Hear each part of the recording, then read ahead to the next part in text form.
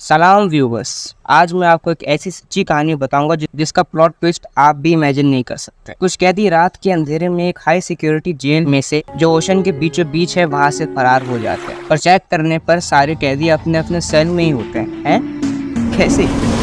Ago this week, 3 inmates managed to escape from Alcatraz prison, and it is one of the most enduring crime mysteries in U.S. history. Drops, they reach the water's edge. Coast Guard, Army, and police scour the swift waters of San Francisco Bay. Speculation, because their bodies were never found.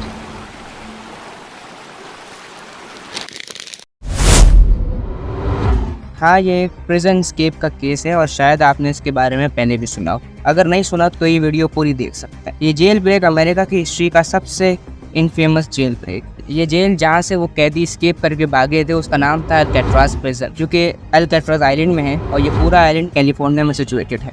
साल 1962 के दौरान इस jail में 4 कैदी अपनी अपनी सज़ा काट रहे थे, जिनका नाम था फ्रैंक मॉरिस, जॉन एंगलिन, क्लैरेंस एंगलिन और एलन वेस्ट, जिसमें से जॉन और क्लैरेंस एंगलिन भाई थे। फ्रैंक की बात करें तो वो बर्गलरी, आर्म रॉबरी और ड्रग डीलिंग की वजह से जेल में गया था। जॉन और क्लैरेंस साथ में बैंक लूटा करते थे और एलन वेस्ट न्यूयॉर्क शहर में एक कार थीफ था जो दूसरी बार अपनी सजा काटने आया था इस जेल का। इन चारों में से सबसे ज्यादा IQ फ्रैंक मॉरिस का था और इसी वजह से वो सबका लीडर भी था।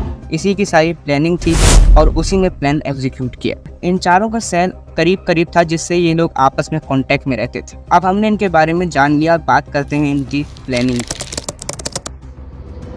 अल्काट्राज प्रिजन कोई छोटी मोटी प्रिजन नहीं थी। वहाँ बड़े बड़े क्रिमिनल्स और मर्डरर्स को रखा जाता था, वो भी ओशन के बीचों बीच, ताकि वहाँ से कोई भाग न जाए। ये जेल काफ़ी बड़ी थी, यहाँ तकरीबन हर चीज़ की सहूलत थी, जैसे शावर रूम, प्लेग्राउंड, जिम वगैरह वगैरह। लेकिन सबसे इम्पॉर्टेंट जगह जो थी वो थी बार्बर शॉप। इस जगह को याद रखिएगा, बाद में काम आएगी। फ्रैंक मॉरिस सबसे चालाक था, उसने पहले पूरा प्लान बनाया, फिर उसको एग्जीक्यूट करना शुरू किया और इन तीनों को भी काम पे लगाया। सबसे पहले उन लोगों ने कुछ चीज़ों को चोरी किया जेल में से, जैसे वैक्यूम क्लीनर की ड्रिल की मोटर, सीमेंट, टूथपेस्ट, थोड़ा पेंट, सूटकेस, बैग, स्पून और बार्बर शॉप पर गिरे हुए लोगों के बाल। इन चारों कैदियों के सेल के पीछे एक वेंटिलेशन डक्ट गुजरती थी जो सीधा रूफ की तरफ जाती थी, यानी ऊपर की तरफ।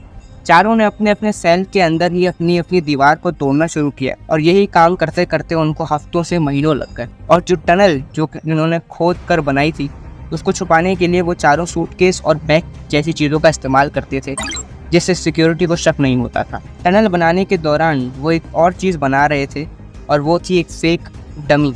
उन चारों ने सीमेंट, टूथपेस्ट जैसी चीज़ों से एक फेक डमी बनाई और उसको और रियल बनाने के लिए उन्होंने बार्बर शॉप से जो बाल चुराए थे उसको डमी के सर पर चिपका दिया, जो कुछ ऐसा दिखता था। वो जेल ओशन के बीच में था और ये बात जाहिर है कि वो चारों भी जानते थे। अब सवाल ये था कि अगर ये लोग एस्केप कर जाते हैं तो वो समंदर को पार कैसे करेंगे। उसके लिए उन्होंने करीब 50 से ज़्यादा रेनकोट चोरी किए थे और उन रेनकोट्स को आपस में सीकर एक काम चलाओ राफ्ट तैयार की थी। अब सारी प्लानिंग हो चुकी है, सब तैयारियां हो चुकी हैं, अब टाइम है सही वक्त देखकर प्लान एग्जीक्यूट करने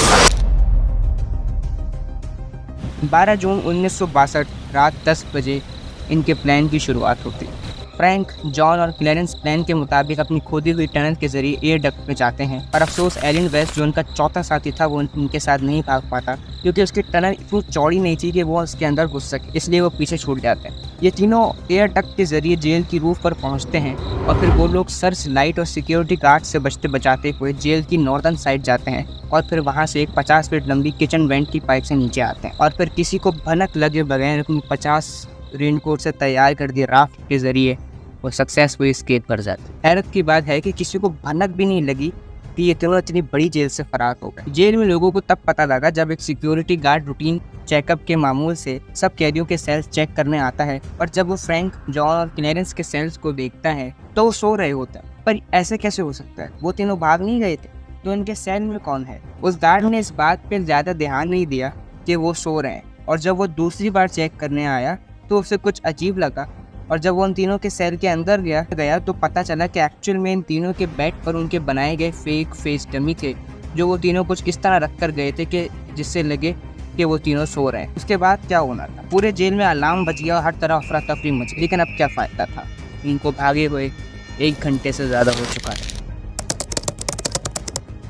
एस्केप करने के अगले दिन से ही इन्वेस्टिगेशन शुरू हो गई थी जिससे पता चला कि वो टनल में अपने सारे औजार रखते थे, जैसे मोटर, डमी, सीमेंट वगैरह। फ्रैंक मॉरिस की हाई आईक्यू ने इनकी सिक्योरिटी को भी पीछे छोड़ दिया। इस इन्वेस्टिगेशन के इंचार्ज थे रिचर्ड, और उनके ऑर्डर्स पर अल्काट्राज प्रिजन के आसपास के ओशन के एरिया पर सर्च ऑपरेशन चलाया गया, जिससे एंगलिन्स ब्रदर में से किसी एक का वॉलेट मिला, जिसमें ज़्यादा कुछ तो नहीं पर एक फैमिली फ़ोटो और उनके घर का एड्रेस ही था। मज़ीद सर्च करने पर रेनकोट के पीसेस मिले, जिससे पता चल सका कि उन्होंने रेनकोट के ज़रिए राव बनाई थी। अल्काट्राज प्रिजन मेनलैंड से तकरीबन 1.25 माइल्स यानी करीब 2 किलोमीटर दूर है, और जब वो लोग भागे थे तब पानी का टेम्परेचर था करीब 10 से 13 डिग्री सेल्सियस, जो कि एक आम इंसान के लिए चैलेंजिंग होता है, मतलब काफ़ी ठंडा होता है। कुछ भी ना मिल सका जिससे ये पता चल सके कि वो लोग कहाँ भागे, तो रिचर्ड ने डिक्लेयर कर दिया कि वो तीनों शायद इस ठंडे पानी में डूब गए होंगे और मर गए होंगे। अब ऐसा नहीं है कि ये इन्वेस्टिगेशन कुछ 1 या 2 हफ्ते चली, बल्कि पूरे 17 साल ये केस चला, लेकिन उनके हाथ कुछ न लग सका, और इस केस को 17 साल बाद 1979 में ऑफिशियली बंद कर दिया गया। क्यों ना जाने कहाँ होंगे, और पता नहीं अभी जिंदा भी होंगे कि नहीं। लेकिन अगर आपको कहानी सुनकर मज़ा आया हो तो इस वीडियो को लाइक कर दिएगा और चैनल को सब्सक्राइब कर दिएगा। मैं मिलता हूँ अगली वीडियो में किसी अलग केस पर, तब तक के लिए सलाम, नमस्ते।